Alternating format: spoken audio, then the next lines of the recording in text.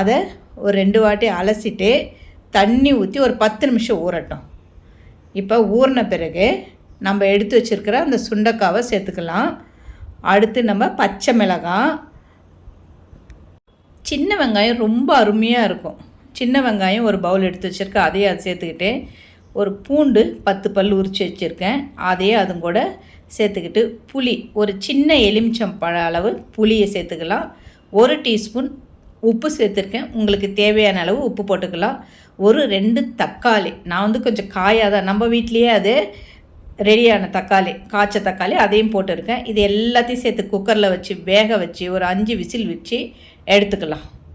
இப்போ குக்கரில் எல்லாமே அது நல்லா வெந்திருக்கு. ஒரு 5-6 விசில் வச்சிங்கன்னா சூப்பராக வெந்துடும். இதை எடுத்து நீங்கள் முடிஞ்சால் கரண்டியாலே ஸ்மாஷ் பண்ணிக்கலாம். கொஞ்சம் நல்லா கரண்டியை விட்டு நல்லா கலந்தோம்னா